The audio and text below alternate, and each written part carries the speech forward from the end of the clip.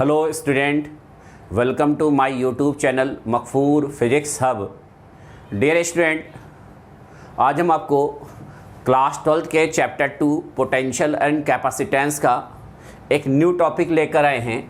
हमारा टॉपिक है redistribution of charges and energy loss then connected. Heading आप write down कर लीजिए। आपका जो हेडिंग है, new heading, redistribution of charges and energy loss then connected. Dear student, हमारे पास टू कंडक्टर्स हैं dear student.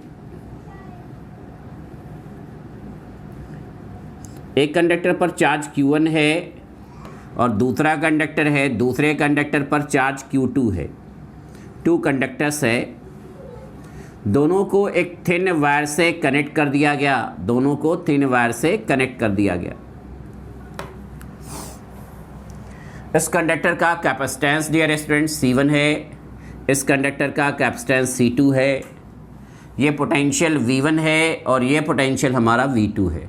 Potential higher potential पर है और V2 हमारा लोअर पोटेंशियल है। देखिए V1 की वैल्यू V2 से ग्रेटर है। हमारे पास टू कंडक्टर्स हैं A एंड B। एक पर चार्ज डियर स्टूडेंट Q1 है, दूसरे पर चार्ज Q2 है। पहले कंडक्टर का कैपेसिटेंस डियर स्टूडेंट C1 है, दूसरे कंडक्टर का कैपेसिटेंस C2 है। एक का पोटेंशियल हमारा V1 है, दूसरे का पोटेंशियल हमारा V2 है। V1 हमारा हायर पोटेंशियल पर है और V2 हमारा लोअर पोटेंशियल पर है। अब चार्ज का जो डिस्ट्रीब्यूशन होता है डियर स्टूडेंट, वो higher potential to lower potential होता है और चार्ज का डिस्ट्रीब्यूशन तब तक होता रहता है जब तक दोनों कॉमन पोटेंशियल पर नहीं आ जाते। जैसे क्लास 11th में आपने कैलोरीमेट्री प्रिंसिपल पढ़ा होगा। क्लास 11th में कैलोरीमेट्री प्रिंसिपल्स पे बताया गया है कि जब दो थर्मल कंडक्टर को एक दूसरे के कांटेक्ट में लाते हैं तो हीट का transformation high temperature to low temperature होता है और हीट का ट्रांसफॉर्मेशन तब तक होता रहता है जब तक दोनों इक्वल टेम्परेचर पर नहीं आ जाते। जब तक दोनों इक्वल टेम्परेचर पर नहीं आ जाते तो हीट का transformation high temperature to low temperature होता है।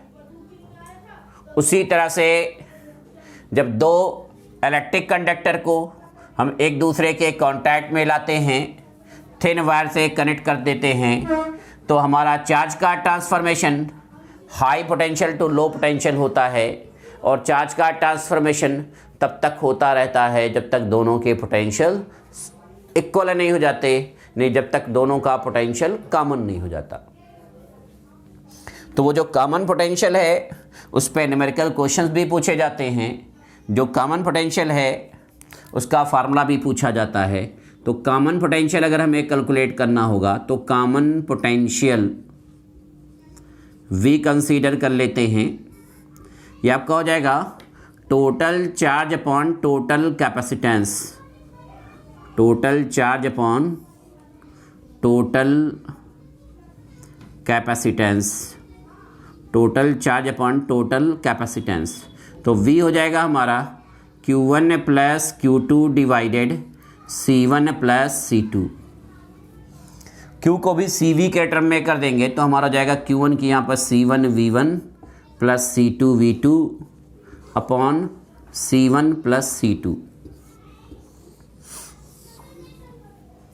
आपको बताया गया कि C is equal to Q upon V होता है, then V is equal to Q upon C। यानी कि टोटल चार्ज और टोटल कैपेसिटेंस का जो रेशियो होगा वो कॉमन पोटेंशियल होगा।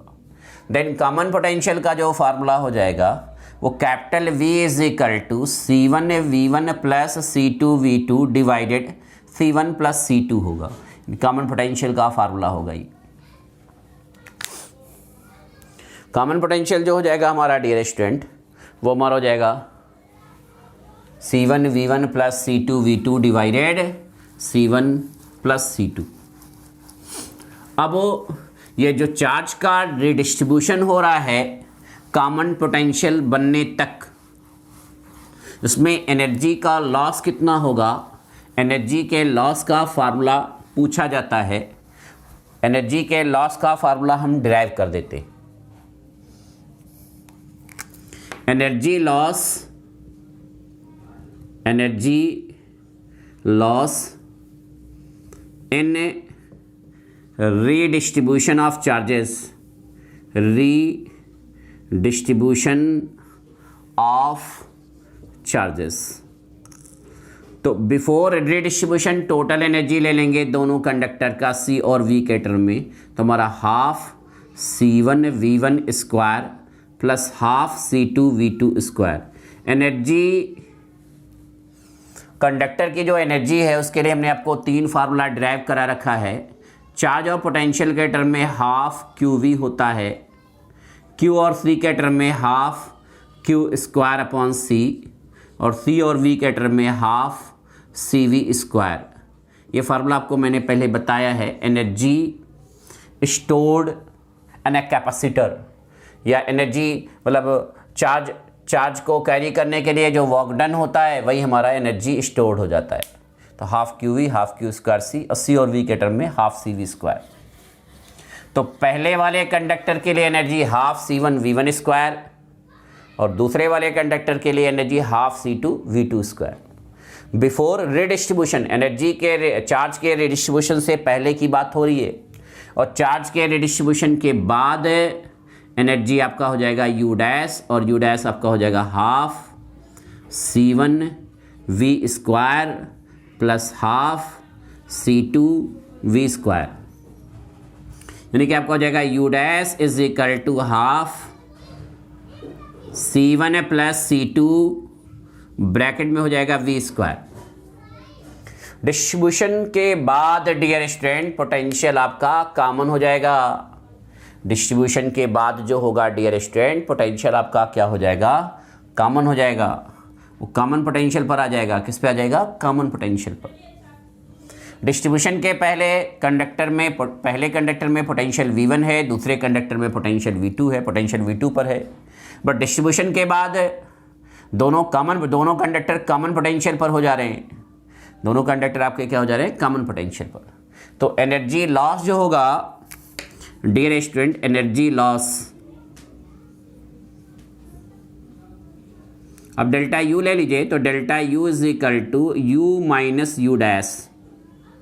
तो हाफ कॉमन ले लीजिए पूरे में से, यहाँ ब्रैकेट में हो जाएगा C1V1 square plus C2V2 square, और यहाँ आपका हो जाएगा माइनस हाफ ब्रैकेट में C1 प्लस C2, जहाँ V है कॉमन पोटेंशियल का फार्मूला पुट कर लीजिए। आपको जो कॉमन पोटेंशियल का फार्मूला बताया गया है, तो जहाँ V है वहाँ रख देंगे C1V1 प्लस C2V2 का हो डिवाइडेड C1 प्लस C2।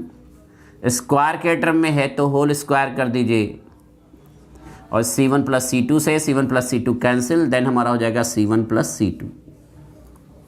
अब इसको हम सिंप्लीफाई कर लेंगे। सिंप्लीफाई कैसे करेंगे एक बार देख लेते हैं।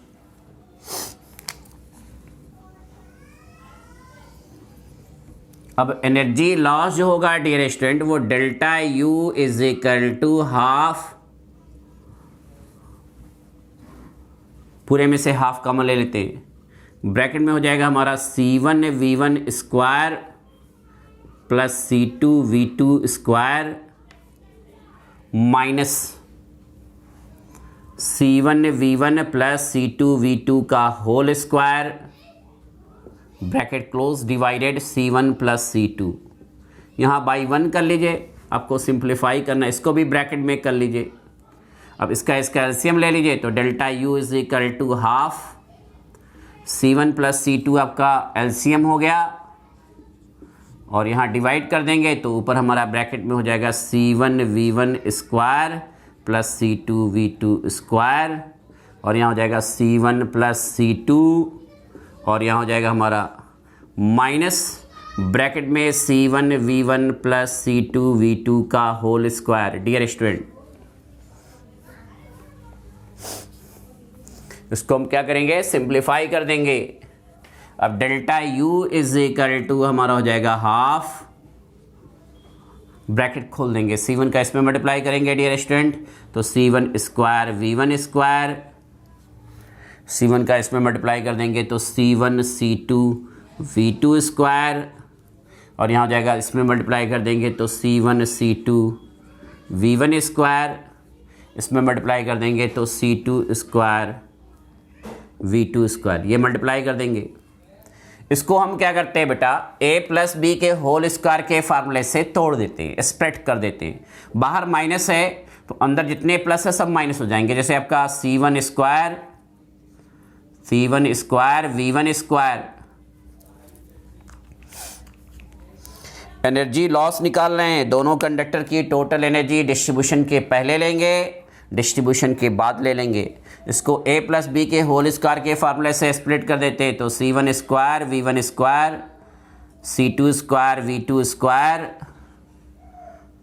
2C1 C2 V1 V2, bracket close. अब चूंकि बाहर माइनस है तो सब माइनस हो जाएगा आपका। ब्रैकेट के बाहर क्या है, इस ब्रैकेट के बाहर a प्लस बी के होल स्क्वायर के ब्रैकेट के बाहर माइनस है, यहाँ a square plus b square plus 2ab, but बाहर माइनस है तो माइनस हो जाएगा और नीचे आपका जो C1 प्लस C2 है वैसे रहेगा। अब ये C1 स्क्वायर V1 स्क्वायर और C1 square V1 square subtract हो जाएगा, घट जाएगा, घट कर कट जाएगा। ये C2 स्क्वायर V2 स्क्वायर आपका ये सब्ट्रैक्ट हो जाएगा, घट कर कट जाएगा। अब C1 C2 तीनों में से कॉमन ले लेंगे, देन हमारा हो जाएगा energy loss delta U is equal to half C1 C2 divided C1 plus C2, और ब्रैकेट में हो जाएगा बेटा V1 square plus V2 square minus 2V1 V2, यानी कि एनर्जी लॉस जो होगा डियर स्टूडेंट वो delta U is equal to half C1 C2 divided C1 plus C2, bracket में हो जाएगा हमारा V1 माइनस V2 का होल स्क्वायर। देखिए चार्ज के रिडिस्ट्रीब्यूशन में जब दो कंडक्टर को एक दूसरे से हम कनेक्ट कर रहे हैं तो चार्ज के रिडिस्ट्रीब्यूशन में एनर्जी का जो लॉस है डियर स्टूडेंट, चार्ज के रिडिस्ट्रीब्यूशन में एनर्जी का जो लॉस है वो delta U is equal to half C1 divided C1 C2 divided C1 plus C2, bracket में V1 माइनस V2 का होल स्क्वायर, ब्रैकेट में V1 माइनस V2 का होल स्क्वायर होगा बेटा। तो करना क्या है कि जब दो कंडक्टर को किसी थिन वायर से कनेक्ट करेंगे तो चार्ज का distribution high potential to low potential होता है, और चार्ज का डिस्ट्रीब्यूशन तब तक होता रहता है जब तक दोनों कॉमन पोटेंशियल पर नहीं आ जाते। जब दोनों कॉमन पोटेंशियल पर आ जाते हैं तब चार्ज का डिस्ट्रीब्यूशन रुक जाता है। कॉमन पोटेंशियल का फार्मूला डिराइव करना है तो हम टोटल चार्ज में से टोटल कैपेसिटेंस को डिवाइड कर देते। फिर एनर्जी लॉस निकालना होगा तो एक बार टोटल एनर्जी हम बिफोर रीडिस्ट्रीब्यूशन ले लेते हैं और एक बार total energy dear student after redistribution ले लेते हैं। फिर पहले वाली जो एनर्जी को बाद वाली एनर्जी से सब्ट्रैक्ट कर देंगे तो एनर्जी का लॉस आ जाएगा। यानी कि एनर्जी लॉस जो है आपका जो होगा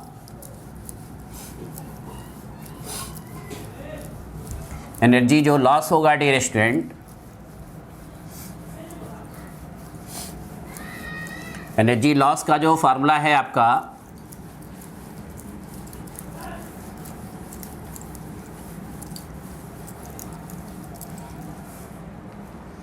एनर्जी लॉस का जो फार्मूला हो गया आपका वो delta U is equal to half C1 C2 divided C1 plus C2, bracket में V1 माइनस V2 का होल स्क्वायर। आपके NCERT के टेस्ट एक्सरसाइज में इसी फार्मूले पर एक क्वेश्चन है। हमारे पास एक 6 पिको फैरेड है, पिको फैरेड कैपेसिटर का कैपेसिटेंस होता है, कंडक्टर है 600 पिको फैरेड कैपेसिटर का एक कंडक्टर है जिसमें सप्लाई 200 वोल्ट की जा रही है, 200 वोल्ट। एक अनदर अनचार्ज कैपेसिटर है, उसका भी कैपेसिटेंस 600 पिको फैरेड ही है, लेकिन बट अनचार्ज है यानी कि इलेक्ट्रिक सोर्स पोटेंशियल डिफरेंस 0 होगा। अनचार्ज कैपेसिटर करें दोनों को थिन वायर से कनेक्ट करेंगे तो एनर्जी लॉस क्या होगा, उसका वैल्यूज़ पूछ रहा है आपसे। 600 पिको, एनसीईआरटी में आपके, एनसीईआरटी में एक कौन सा क्वेश्चन है मुझे याद नहीं, बट एनसीईआरटी में एक आपका क्वेश्चन है कि 600 पिको फैरेड कैपेसिटर का एक कंडक्टर है, 200 वोल्ट की सप्लाई जा रही है, उसको एक अनचार्ज्ड कंडक्टर से कनेक्ट कर रहे हैं जिसका पोटेंशियल 0 है। तो अनचार्ज कंडक्टर है जिसका कैपेसिटेंस 600 पिको फैरेड है। तो एनर्जी लॉस क्या होगी? तो एनर्जी लॉस का फार्मूला ले लीजिए डियर स्टूडेंट, हाफ। अब 600 पिको फैरेड को फैरेड में चेंज कर लीजिए, तो 600 इंटू 10⁻⁻12 फैरेड, यानी कि आपका हो जाएगा 6 इंटू 10⁻⁻10 फैरेड। तो फार्मूला आपका है half C1 C2 divided C1 plus C2 bracket में V1 माइनस V2 का होल स्क्वायर।